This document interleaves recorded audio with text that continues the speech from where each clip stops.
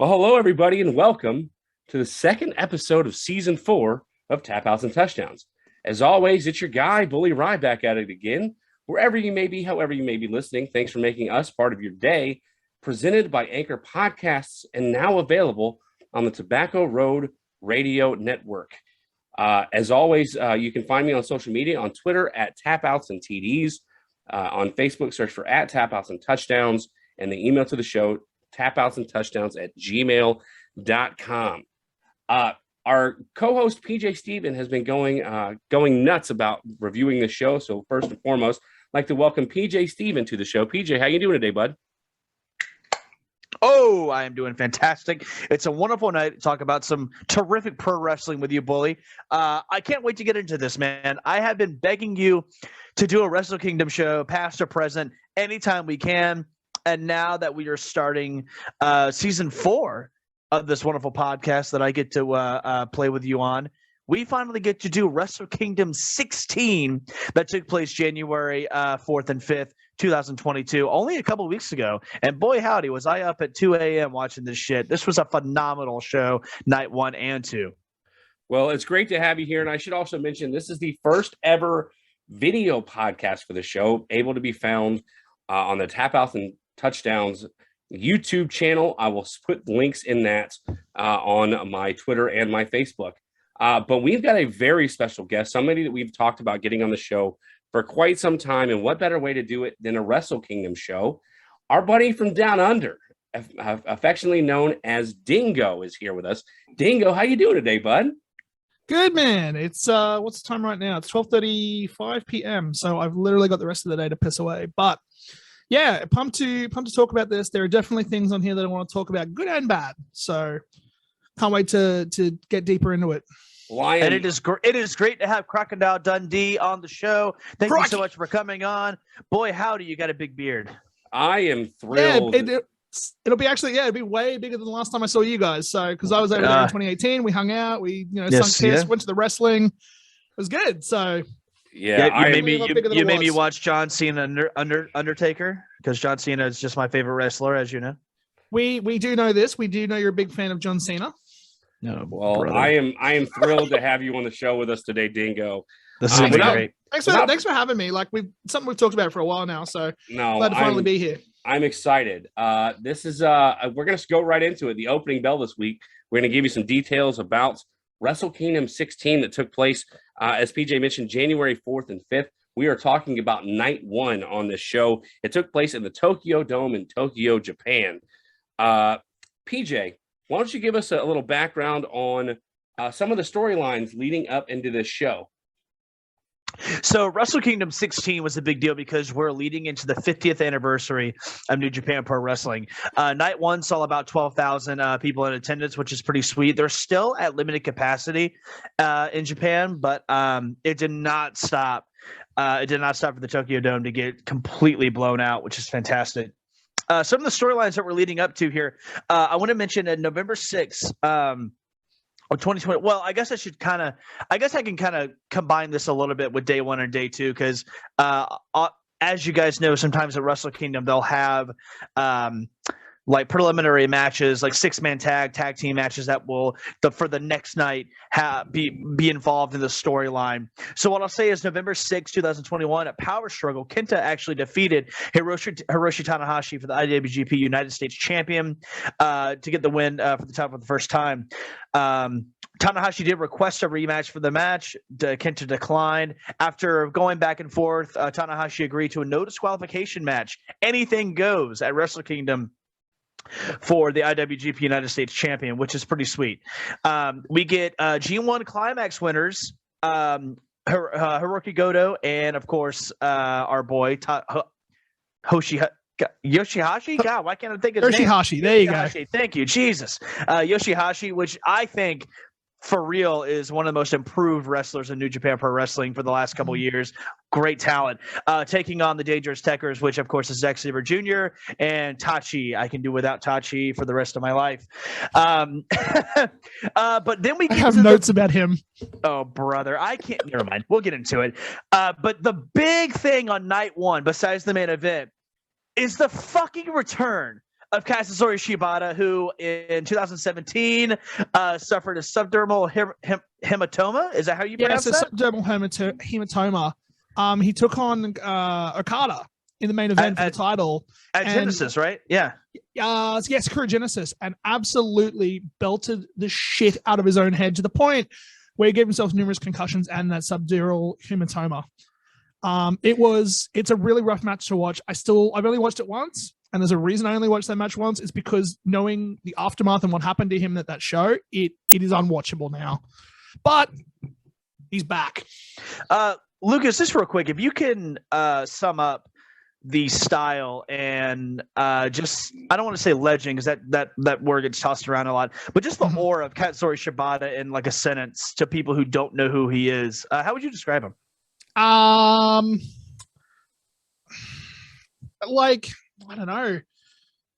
There really isn't anyone like him. Like, he's just iconic inside of Japanese professional wrestling. He's got this aura about him as being one of the toughest men out there.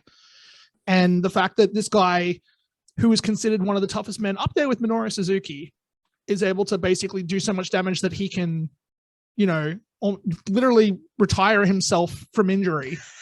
Yeah. Just he's the man's insane. Well, what happened there at the G1 Climax Final, October 21st, 2021? Shibata had an unannounced 5-minute UWF rule match against Zack Sabre Jr., which was insane. But in that 5 minutes, not insane as in it's a great match, but it just came out of nowhere. Such a big deal. Wow. And of course, at the best, Shibata's music hit and everyone went nuts. Yeah, exactly. No one knew it was coming. I was like, what is he doing?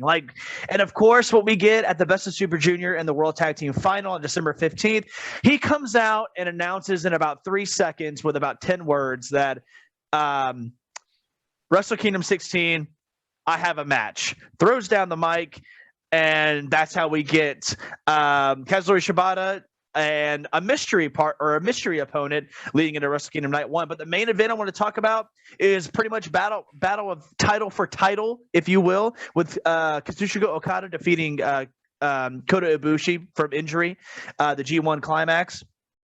Taking on, of course, our champion, IWGP World Heavyweight Champion, Shingo Takagi, who, in my opinion, was Wrestler of the Year last year. I talked about that on this podcast. And, God, just a tremendous, tremendous talent. And we'll get into it. But great match here. And fantastic storylines leading up to it. But the one thing I do want to mention as well, Hiromu Takahashi winning Best of the Super Junior, going up against El Desperado for the Junior Heavyweight Championship. Also a great match. But those are kind of your storylines leading up to it, the big things. And if you're already, Bully, why don't you start hitting up this match card and let's get into this thing, because boy howdy, am I itching to talk about it. Well, before we do that, we got to take a short break because we got to pay the bills.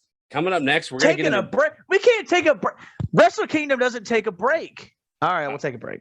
We're going to take a quick break, and when we come back, we're going to get into Break It Down. When we break down Wrestle Kingdom 16, Night 1 from 2022. Stay tuned. We will be right back. Welcome back to the show and Break It Down, where Dingo, PJ Steven, and I are going to break down Wrestle Kingdom Night 1 from 2022. Let me go through the match card real quick. If you were with us last week when PJ and I reviewed day 1 from WWE, we're going to go through the match card real quick, and then we're going to sort of break down each match as we need to get to it. There was a pre-show match here, a New Japan Rambo, which is essentially the New Japan edition of the Royal Rumble, had 19 competitors. We can get into those competitors when we get actually go through the match. There would be 4 winners that would take a fatal 4-way match on night 2 to decide who was going to be the provisional KOPW 2022, trophy winner or champion. Going into the main card, you've got Yo taking on Sho in match 2. Bullet Club, consisting of Kenta, Taiji Ishimori, and El Phantasmo, taking on Hiroshi Tanahashi and the Mega Coaches, featuring Rasuke Taguchi and Rocky Romero. Did I get that right, fellas? Raisuke, but you pretty much got it. All right. Yeah, that's good. That was a good job. Pretty good. I was very impressed. Next up on the card, the United Empire, featuring Will Ospreay, Great O'Khan, and Jeff Cobb, taking on Los Ingobernables de Japón, I think that's how they pronounced it. Tetsuya Naito, Sonata, and Bushi. And then you've got a few more matches here on the card. Katsuyori Shibata taking on Ren Narita. Did I butcher that? I see PJ's face. Did I butcher that name? Listen, you're not doing too bad. It wasn't too bad. If you want to just say LIJ. LIJ, sure, if you say so. Next up, we have a championship match, the Never Openweight Championship. Evil taking on Tomohiro Ishii. Then we've got an IWGP Tag Team title match where Chaos takes on the Dangerous Tekkers. You alluded to that in the opening bell. A Junior Heavyweight Championship, the IWGP Junior Heavyweight Championship, El Desperado taking on Hiromu Takahashi. And then the main event, the IWGP World Heavyweight Championship, it was on the line, is Kazuchika Okada taking on Shingo Takagi, the reigning champion. So, guys, let's go back to the pre-show. The New Japan Rambo featured superstars Chase Owens, Sema, Minoru Suzuki, Toru Yano. You've got Aaron Hinari. All right, you guys are going to have to help me. Hosea. The biggest names that we want to talk about in here are obviously like guys like Taka Michinoku, who everyone should know, obviously from not only his time in New Japan but his time in Kaientai in WWE. Master Wato, who I think is I think his gimmick is a little lame, but man, the guy can really work, and I think he's going to be something coming up. Dookie is on there, Tenzan is on there, Yuji Naginata is on there, Bad Like Fale is there, Tatsumi Fujinami came out, which was amazing. And I know Lucas's favorite guy, Togi Makabe, was there, and I know that's just your favorite wrestler. So go ahead and tell me. No, I love him. You love him as much as I love John Cena? I just love the big chains. Yeah, I know you do. They're dumb and they're fun. Yeah, you do love that. I definitely think the big surprise out of this was Sema, because for those that are kind of in the know, Sema works for OWE, which is his company he founded in China, which has been working with AEW pre-COVID. Mm-hmm. So it was really cool to see Sema at a Wrestle Kingdom. I didn't think we'd ever see it, because I don't think he's ever performed at one. No, he has not. But he hasn't like really performed in like a decade, right? Or hasn't been in New Japan in like a decade. Wasn't that the it's big been start? A while. Yeah, it's been a while. But he went back to China and then started up OWE, which was a mix of professional wrestling and like acrobats and all that kind of stuff, like actually bringing like martial arts.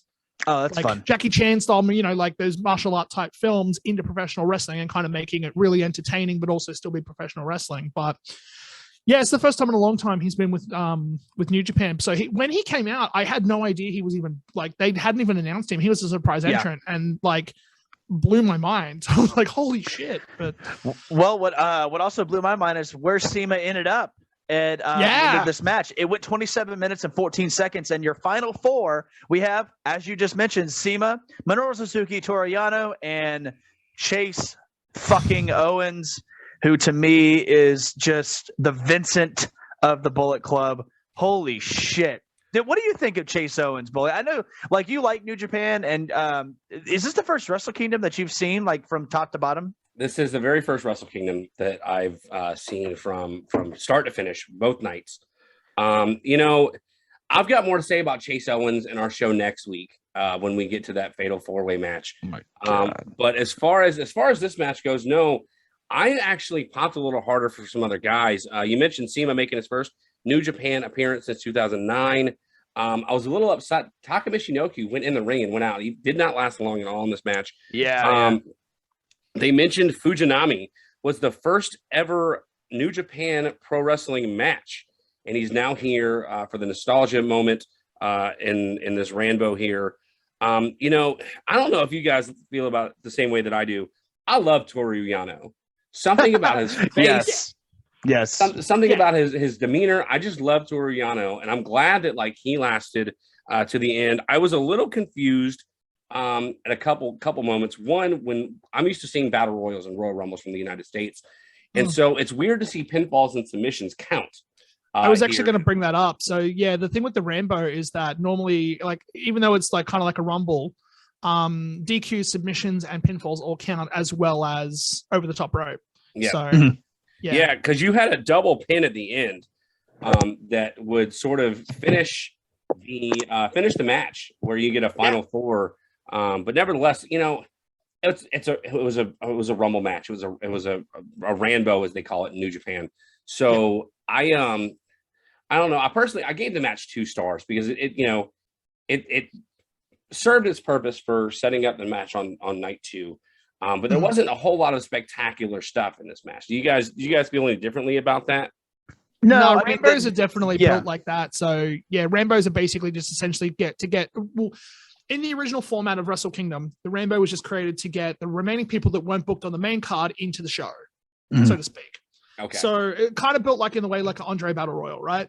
Yeah, that makes sense. They used to do the Andre Battle Royal on the pre-show at WrestleMania. Basically, it's the same thing. The thing with the Rambo now is that because they brought in that provisional King of Pro Wrestling thing, they've just decided that the Rambo will get the final 4 into a fatal 4-way on night 2. That will crown the person who will hold the trophy, and basically that trophy will run to the last show of the year. Whoever is holding that trophy at the end of the year will become the King of Pro Wrestling for 2022. Then they've done that for the last 2 years. But yeah, no, I mean, like these matches, this match here was kind of done what it was designed to do in that, you know, get people that weren't booked on the show, quote unquote, booked on the show, but then to get them into night 2. Yeah. And we can see with the 4 people who got there, you know, out of all the names that were here, if you know anything about New Japan, these are the 4 names that you would know. Yeah. You know what I mean? So yeah, it did exactly what it needed to do. I gave it 2 stars as well. It's just a way to get them on TV. You know, that's all it is. Well, I hear you. Well, that was the pre-show. Night 2 is going to have a bunch of pre-show matches, but we'll get into that next week. But for this show, we're going to go straight into the main card where Yo takes on Show. Dingo, I'm going to roll this over to you because there was a lot of talk about these guys being a former tag team. I'll be honest. Obviously, I'm not very familiar with New Japan. So fill in the audience who might be like me and not be as familiar with New Japan, and then give us your thoughts on this match and how they were able to translate the storyline into what this match would become. Yeah, so this is kind of like, in a way, this is a match I never thought I'd see. Or if I did, I wouldn't see it at least for another few years. But a couple of years ago, these guys were on excursion, which excursion basically means they trained in the dojo. They were believed to be ready to go out and travel the world. So they went out, traveled the world. They came back as a tag team. For those that are more familiar with AEW, Trent Beretta used to team up with Rocky Romero, who's going to be in the next match. They used to be in a team called Roppongi Vice. After Trent left New Japan, Rocky then essentially brought these guys together, called them Roppongi 3K. And in their first night at in their first title match at Wrestle Kingdom a couple of years ago, they won the junior tag belts. Ever since then, they've been pretty dominant through the junior tag division. Little while ago, they had a giant blow up, and yeah, basically it's now kind of resulted in this match. I didn't want to see this match because I think they're such a good tag team. Yes. But as the old saying goes in professional wrestling, sometimes the best friends also make for the best rivals. And to me, this was going to be the most anticipated match because I love these guys so much. I love the match. And a lot of stuff I'm seeing online is that people were expecting it to be better. But I think it did what it needed to do, that we're going to see more from these guys. And this is just the appetizer for what we can do in the future. The palate cleanser. Cleanser. Yeah. That's it. Yeah, it was a fantastic match, man. I mean, like when I first, when you and I kind of talked during Wrestle Kingdom this year, which was really, really fun.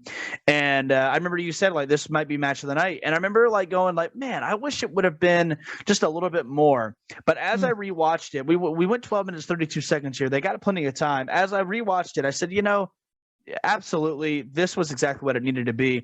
Yo actually getting the pin over Show, which not a lot of people expected. Show has been kind of dominating their rivalry these past couple months. But yeah, agreed. Great match and great thing to start off Wrestle Kingdom with this terrific grudge match.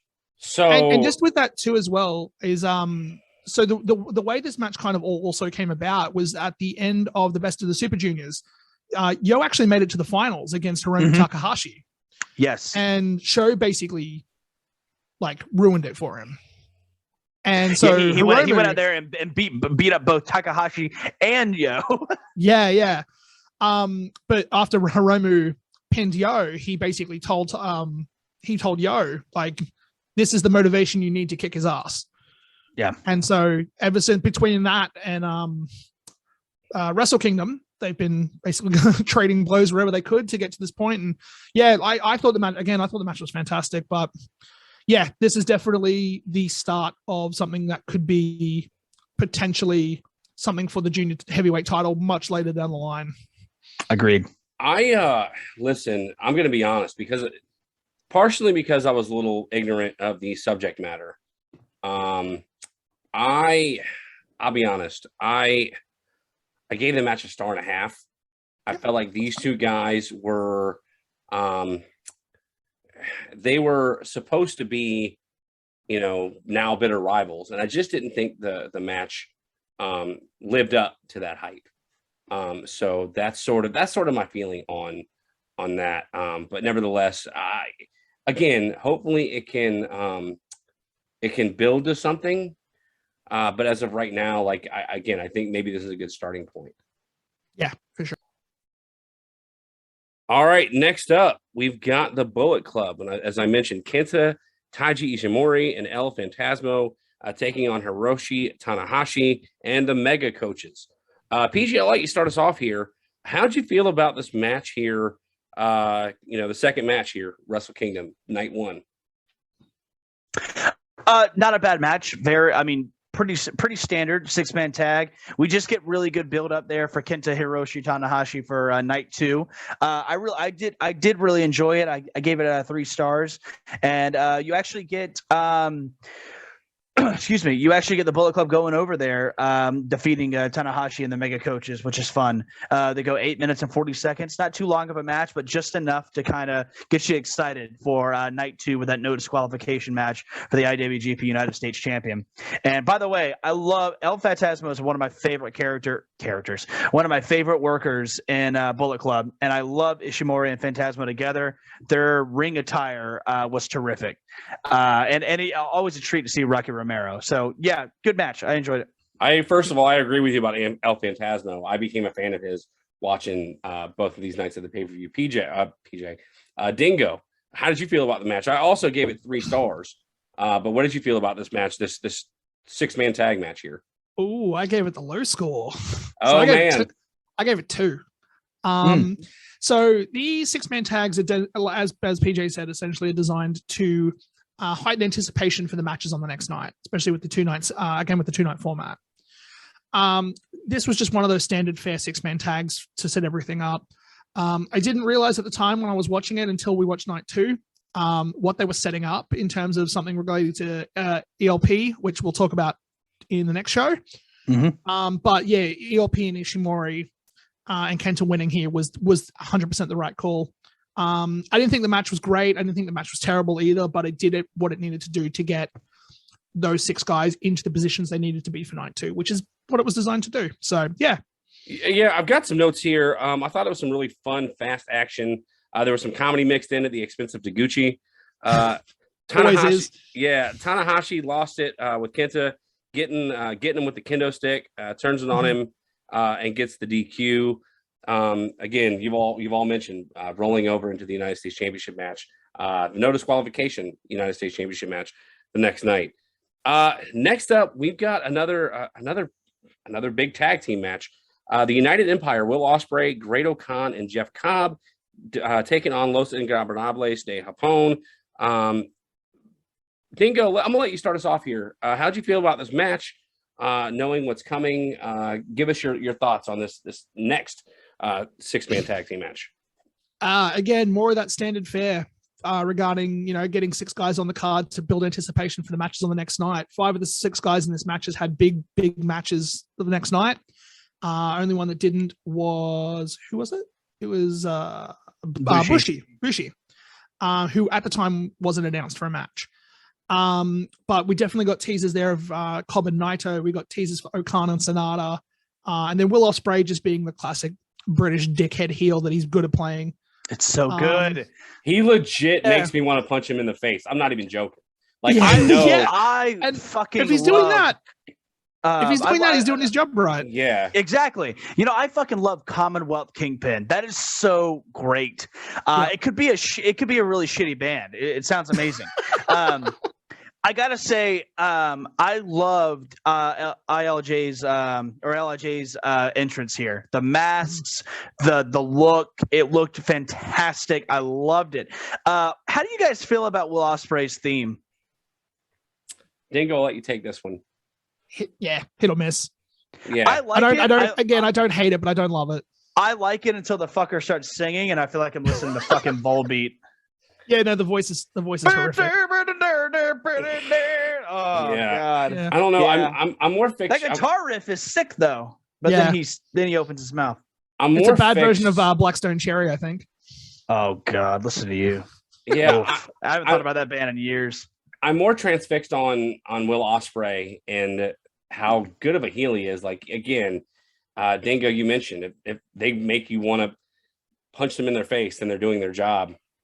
And, he is just, God, I can't wait to get to the Night 2 show next week because he super heel, man. He's so good. It's so good. One of my favorite things is British heels because when you have but when Will's a babyface, right? He has to toe that very, babyface line. But when you get a British guy who can say what he wants, the banter that will come out of their mouths is incredible.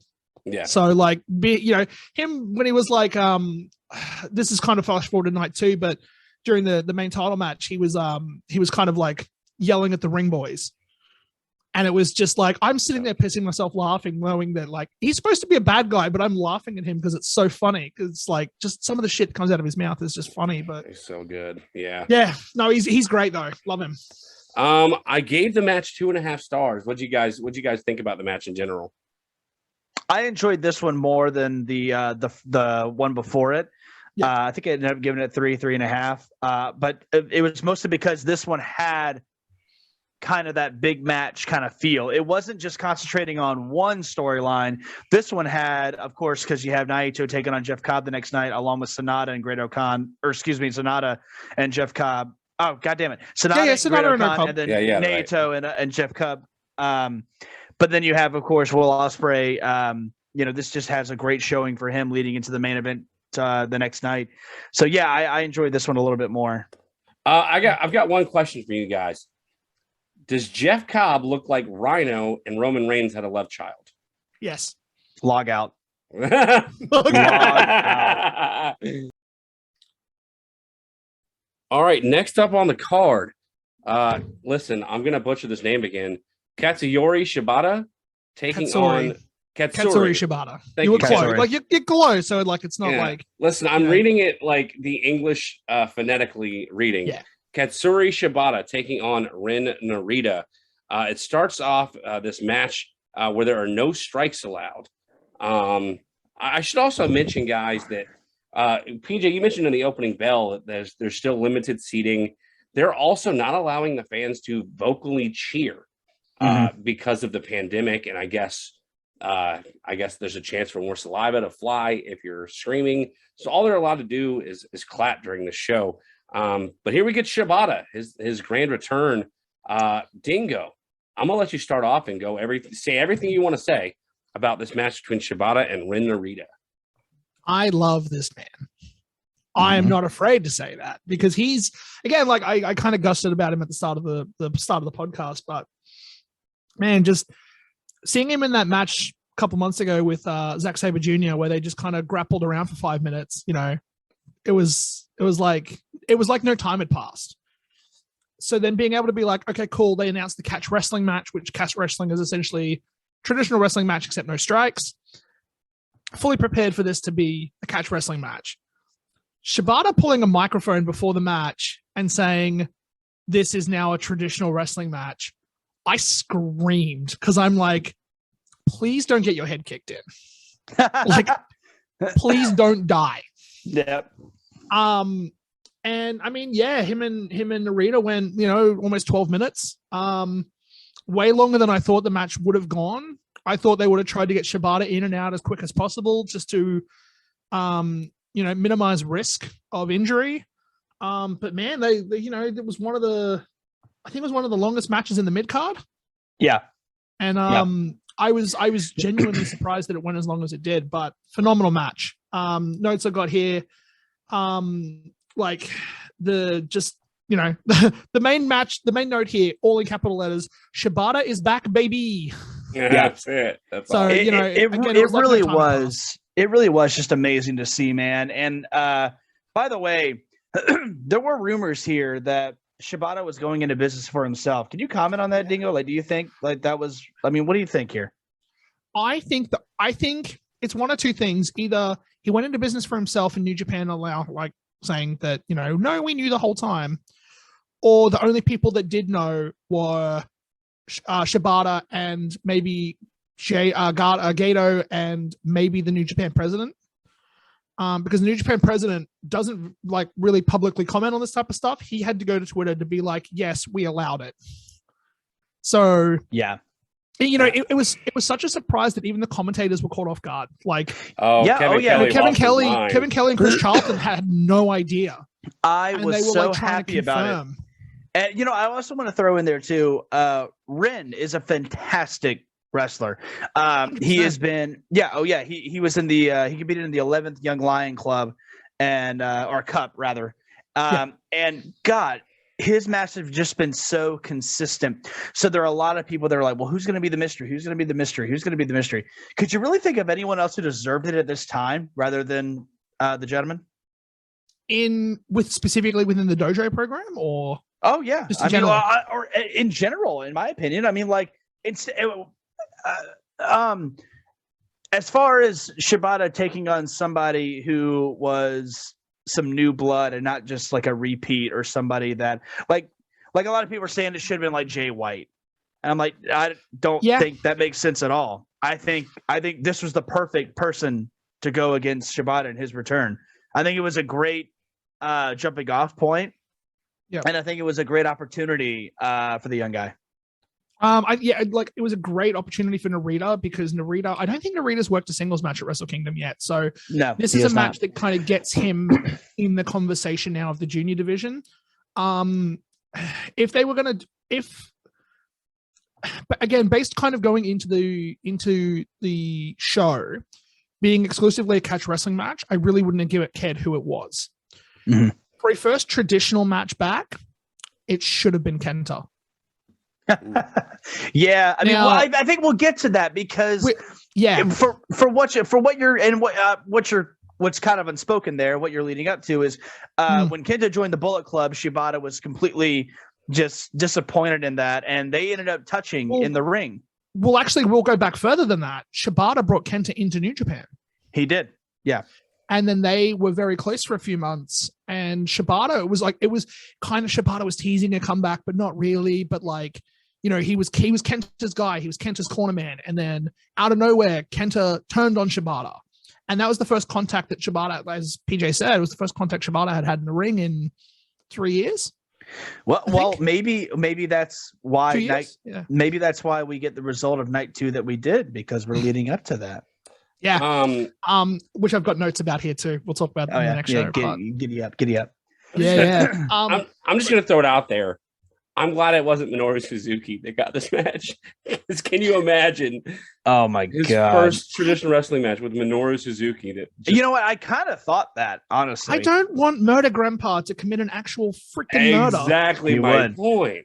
Yeah, it depends on who. I kind of want him to murder Chase Owens. Yes. Well, wear his face and just destroy him. Wait, are we talking about Suzuki or are we talking about Shibata? Because realistically, I could see both. Both of them could. I mean, I would be fine with anyone murdering Chase Owens, poor bastard. Oh, that's not nice. You being the Texas heavyweight champion, Chase Owens. Oh, excuse me. The Texas fucking heavyweight champion. Oh, God. I have so many questions, but in order to save time, I'm going to ask off the air. Next up, we have our first championship match. The Never Open Championship is on the line as Tomohiro Ishii takes on Evil. I'm going to go through my notes real quick. The first thing I noticed is Ishii doesn't look like the most nimble guy. Just throwing it out there. There's a reason he's called the Stone Pitbull. Stone Pitbull, yeah. Yeah, I love the baseball swing on the chair combo on the outside where he kind of like put his hand up, waiting to see the ball drop. Hard hitting shots in this match. And towards the end, it turned into a complete mugging and total chaos. And I was here for it. I gave it 3 stars. Evil gets the win in 12 minutes and 10 seconds. PJ, give us your thoughts on this match. I just got to say that everything is evil. I don't know, man. Everyone shits on Evil. I kind of like him, dude. Like, it's corny. It's like a cringy Undertaker. Like, I really like it. And I love his theme too, man. Like when he joined Bullet Club, the Darkness Club. I like it. I really like Evil, man. I especially loved him when he was teaming with Sonata. I thought that was a fantastic tag team. But I'm a big fan of Ishii as well. So I enjoyed this match. I gave it 2.5 stars, I believe. The only reason I didn't give it 3.5, there was a lot of gaga towards the end. We get so many interferences. New Japan, that's how it goes. Yeah. I still did enjoy the match though, but yeah, we get Evil going over Ishii, and he is of course your new never open weight champion, and they go 12 minutes here. A little long maybe, but still a good match. I enjoyed it. Dingo, you got any final words on this match for the never open championship? Here are my notes. God, what a awful match. Please, no more Evil singles matches. Ishii deserves better. Oh yeah. I'm going to say this as someone who is a Sonata and Evil fan. Mm-hmm. When they were a tag team, they were probably one of my favorite tag teams next to, and this is a very cringe take, but I think Gorillas of Destiny are also a very incredible tag team. Yeah, watching those guys go together is fantastic. Now, wait, why is that a cringe statement? Like, those guys are great. Because a lot of people say GOD, and a lot of people say GOD are also overrated. It's very. Yeah, it's very. It says that. Point them out to me. Within New Japan, like kind of like circles, it's either they're based or they're cringe. I can sort of allude to one person who won't be named on this show who probably would say that. I think both of you can figure out who it is. But I love God. We'll talk about it after. Yeah. Oh my God. What does his name start with? It starts off with the next match is the IWGP. Hang on, and I want to say as well, I also gave that 1 out of 5 because ever since Evil split from Sonata, Evil's flaws have been exposed big time, and I cannot watch him now. So Sonata was able to cover up so much. You're calling him the Tucker of that tag team. Is that what you're saying? That's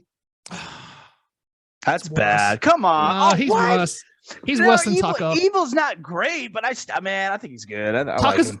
Well, let's just say Tucker's a better promo and move on. Oh, man. All right. Let's move on. The IWGP Heavyweight Tag Team Championship is on the line as Chaos, team consisting of Haruki Goto and Yoshihashi, taking on the Dangerous Tekkers of Taichi and Zack Sabre Jr., the defending champions.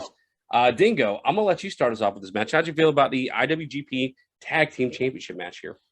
So obviously Goto and Hashi won World Tag League. Mm-hmm. So this was kind of the result of that. They get the heavyweight tag champs at the pay-per-view. Honestly, this to me was the start of the best matches of night one. Like everything else before it outside of Shibata was kind of average. Yo and Show was great, but could have been better. But this is where the consistency of New Japan really starts to kick in when it's guys like, Goto and Zack Sabre Jr. As PJ said earlier, Hashi has become one of the most improved wrestlers of the last maybe year, if not 2. Mm-hmm. Taichi also was in the match. Notes I've got here is while I loved it, I still don't get why guys like Taichi get spots this high on the card. Dude, you ain't lying, man. Zack Sabre Jr. continues to look great. Every single thing he does is smooth, it's fluid. This match also made me want him and Gresham. Oh, that would be awesome. Yeah. Great point there. Yeah. Zack Sabre Jr. is smooth as silk in the ring. And when he's in a singles match, you can see it. But when it's a tag match and he's got to focus on multiple people, like you can really see it. Other thing too, I think they need to get, as much as I love Goto and Hashi, they need to get Goto away from the tag scene. He's starting to get into that period now, like that Sonata's in my opinion, where they're starting to get a little too old for the main event scene. They need to start focusing on younger talent. But yeah, they need to move Goto into the main event scene because he's been a long time star in waiting. So, yeah, I want to comment on that because I totally agree, man. One of my favorite Hiroki Goto moments is when he defeated Suzuki in Wrestle Kingdom a couple years ago in the hair match, and that was really so good. Wasn't that amazing? I really thought that they were going to start moving him up after that, and they just kind of didn't. That being said, I totally agree, and we talked on that earlier about Yoshihashi. He is one of my favorites on that fucking roster. He is continuously just being consistent and just being a fantastic wrestler. Who's not being a fantastic wrestler is Taichi. I cannot stand him. And by the way, let's back up. He's not a bad wrestler. He's actually really good. But his gimmick, and I know his gimmick's supposed to be cringy, so I'm just falling into the bullshit. But man, it's hard to watch. And then the tearing off of the pants, and that's the big spot. I will admit, I popped for the tear. I know. Yeah, you told me that last time we talked about him. You were like, I still popped the tear, PJ. Yeah, to me, it's just not enough, man. Pair Zack Sabre Jr. with somebody else. So, a couple notes that I wrote. I thought there were some really unique submissions by both Zack Sabre Jr. and Taichi, even though you guys are shitting all over him. It was the first time I noticed in the night the screaming coming from the ring, echoing through the stadium. It's just it's surreal, honestly. Great tag team psychology, storytelling throughout this match. Thought I had a great match, and it was a great finish. I gave it 4 stars. Anybody go lower than 4? I gave it 4 too. How about PJ? Okay, so we're in agreement. That was a 4-star match. I'm pretty sure I give it 4.5. Yeah, that was fantastic. Yeah, it's so far it's the highest rated unanimous match that we have on the card. So definitely a can't miss match from Wrestle Kingdom Night 1. Next up, the penultimate match here on Night 1, the IWGP Junior Heavyweight Championship. El Desperado taking on Hiromu Takahashi. I'm gonna start us off here because I don't have any notes. I love El Desperado. I fell in love with him in this match. The fact that we get to see El Desperado or the Red Shoes refereeing this match with El Desperado, and then if you've been listening to the show, I'm a big gear guy, and watching El Desperado wearing white in a title match, something about it just it screams greatness to me. Vicious chops starting off the match. There's a real struggle between these two throughout the match, and a really great finish. I really like what El Desperado can do. I gave this match 4 stars as well. You've got El Desperado retaining the IWGP Junior Heavyweight Championship, and it's 16 minutes and 18 seconds. PG, I'm gonna shoot it over to you. What did you feel about this match? To me, 4.5 stars here. Great match. I love the misdirection. Because a lot of people were expecting Tanahashi to win, and it just didn't happen. And I was fine with it because El Desperado is a fantastic talent. He's a great promo, too. I don't know if you guys saw I guess if you want to call it a vignette that they did between Takahashi and El Desperado, but Desperado being a man of few words, he cut a really good promo to Tanahashi or Takahashi, excuse me, and I really did enjoy it. I'm glad these guys are so high on the card. Just fantastic spots here, and they told a fantastic story as well. I really, really enjoyed it. Dingo, any final thoughts on this match for the IWGP Junior Heavyweight Championship? So, what's interesting is that there's some things in the lead up to this we haven't really touched on, but I know for a fact that this was one of the most anticipated matches of the whole weekend, or the whole two nights. Yeah. These guys went to the 30-minute time limit during the Best of the Super Juniors. And everyone thought we were going to get this match again in the final, but we didn't. We got Takahashi and Yo. And so we didn't think we'd get this match again anytime soon. Robbie Eagles then lost the junior title to El Desperado, which then basically put these two back on a collision course for Wrestle Kingdom, which the moment that happened at Wrestle Power Struggle, everyone's like, holy shit, here we go. Like this is where they're going with it. And like just the match was just fantastic. Like bell to bell, they both looked amazing. El Desperado winning this was the right move. Like everyone wanted it on Takahashi. I kind of wanted it on Hiromu as well, but I think El Desperado taking this and going further, especially with what happens on night 2, which we'll get into later. Like it was 100% I almost spilled the beans. I almost spilled the beans there because it is really cool what happens. And we talked about this gentleman earlier in the show. And it's really good stuff. Nevertheless, in saying that though, I'd love to see them go at this level again soon. 4.5 for me as well.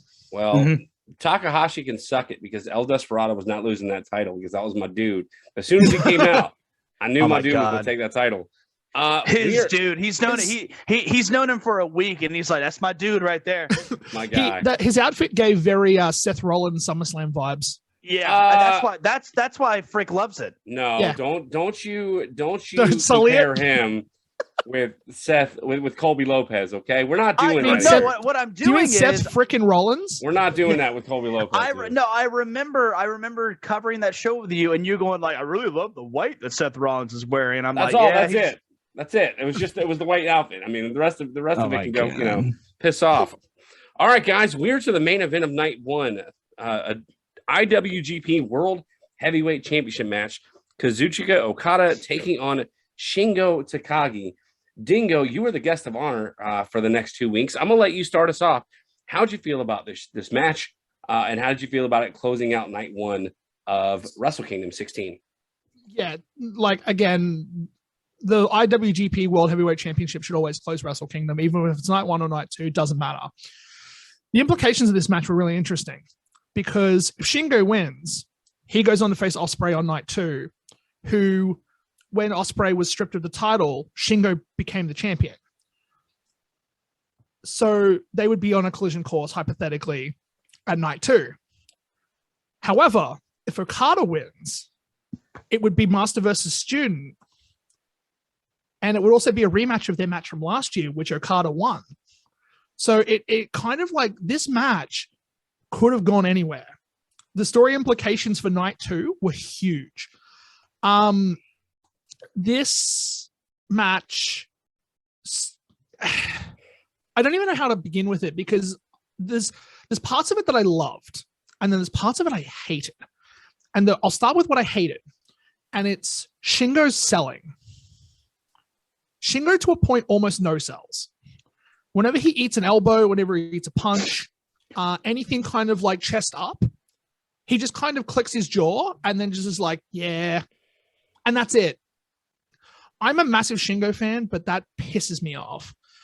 In saying that, though, Shingo is still one of the smoothest in the company. I think his wrestling style is very unique, and that's him not working a normal New Japan style. He was Dragon Gate for a long time before he came to New Japan. Seeing him go up against Okada, I think this is the first or the second time they've fought each other. I think it's actually the second.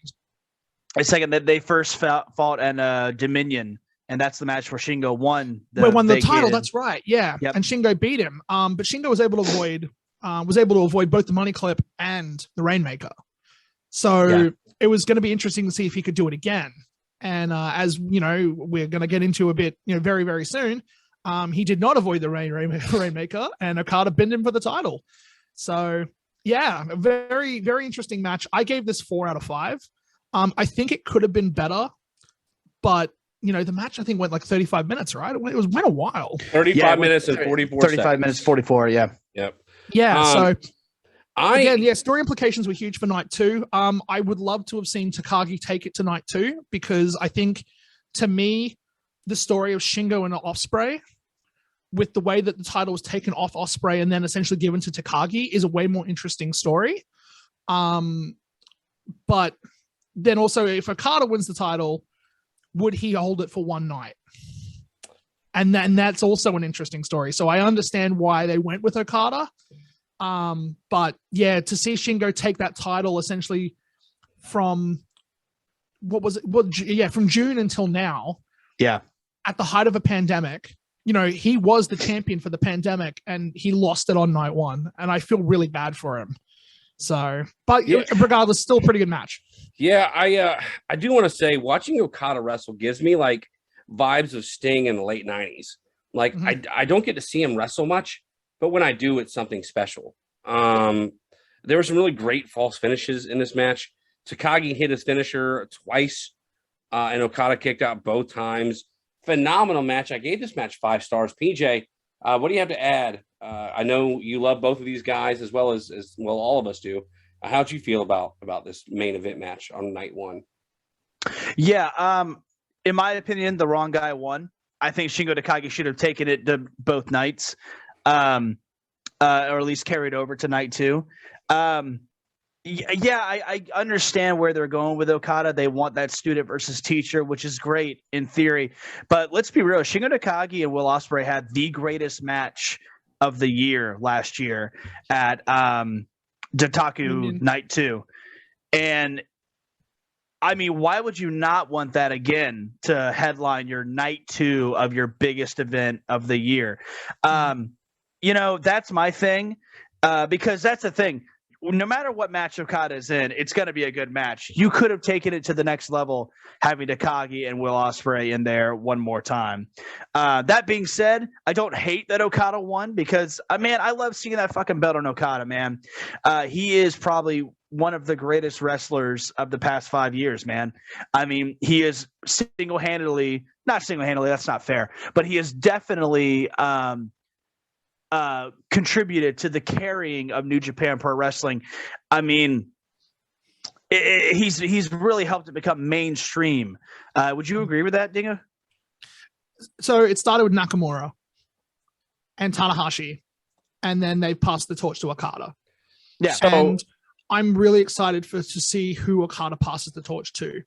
I was hoping that it would be Takagi tonight. On night 1, but yeah, unfortunately, it's gonna be Master Wato. So, would you guys say that Okada is the John Cena of New Japan right now? Log the fuck out! Log the fuck out! Hot take, but he is. I wanted to get that. No, he's not. No. What are you talking about? I've said this for a long. Actually, you know what? No. Sorry. So Okay, Tanahashi is The Rock. Okada is the Cena. And I'll put Okada in the conversation with Cena, and I'm going to contextualize it in a way that makes sense. Don't look at wrestling ability. Look at marketability.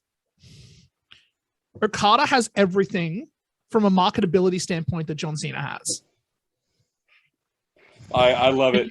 Dingo, I love it.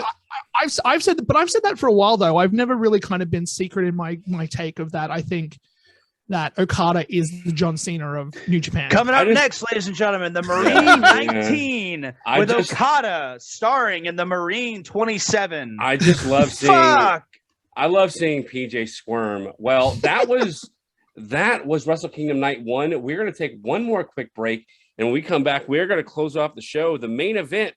What's next for Tapouts and Touchdowns? What you can look forward to in wrestling coming up soon. So stay tuned. We will be right back with the main event. All right, everybody, welcome back to the main event of the evening on Tapouts and Touchdowns. A quick reminder where you can find me on social media. On Twitter at Tapouts and TDs, on Facebook, Tapouts and Touchdowns, and the email to the show, tapoutsanddtouchdowns@gmail.com. I will give you the link as soon as I get it up for the YouTube channel where you can now watch podcasts from Tapouts and Touchdowns going forward. And make sure you catch us on the Tobacco Road Sports Radio Network on Tuesdays every week going forward. Hope you enjoyed Night 1 Wrestle Kingdom discussion. Want to first and foremost thank Dingo for being on the show. He will be back next week when we review Wrestle Kingdom Night 2. So Dingo, thank you for being on the show, and I can't wait to see you next week. It's always good to come in. Obviously we got a bit of a rapport with both of you guys, so yeah, happy to talk, shoot the shit and talk about something that I love. Unfortunately, I didn't like Night 1 as much as I thought I would, but hopefully, Night 2 is going to be a lot better. Absolutely. Also want to thank the co-host of the wrestling shows, PJ Steven. PJ, as always, thank you for being on the show with us. Oh, I'm stoked to get into night 2 so hard, man. Night 1 was fantastic, but I think night 2 is going to be even greater. And I look forward to talking about it with you guys, man. Absolutely. So for Dingo, for PJ Steven, it's your guy, Bully Rye for Tapouts and Touchdowns, and I'll be around.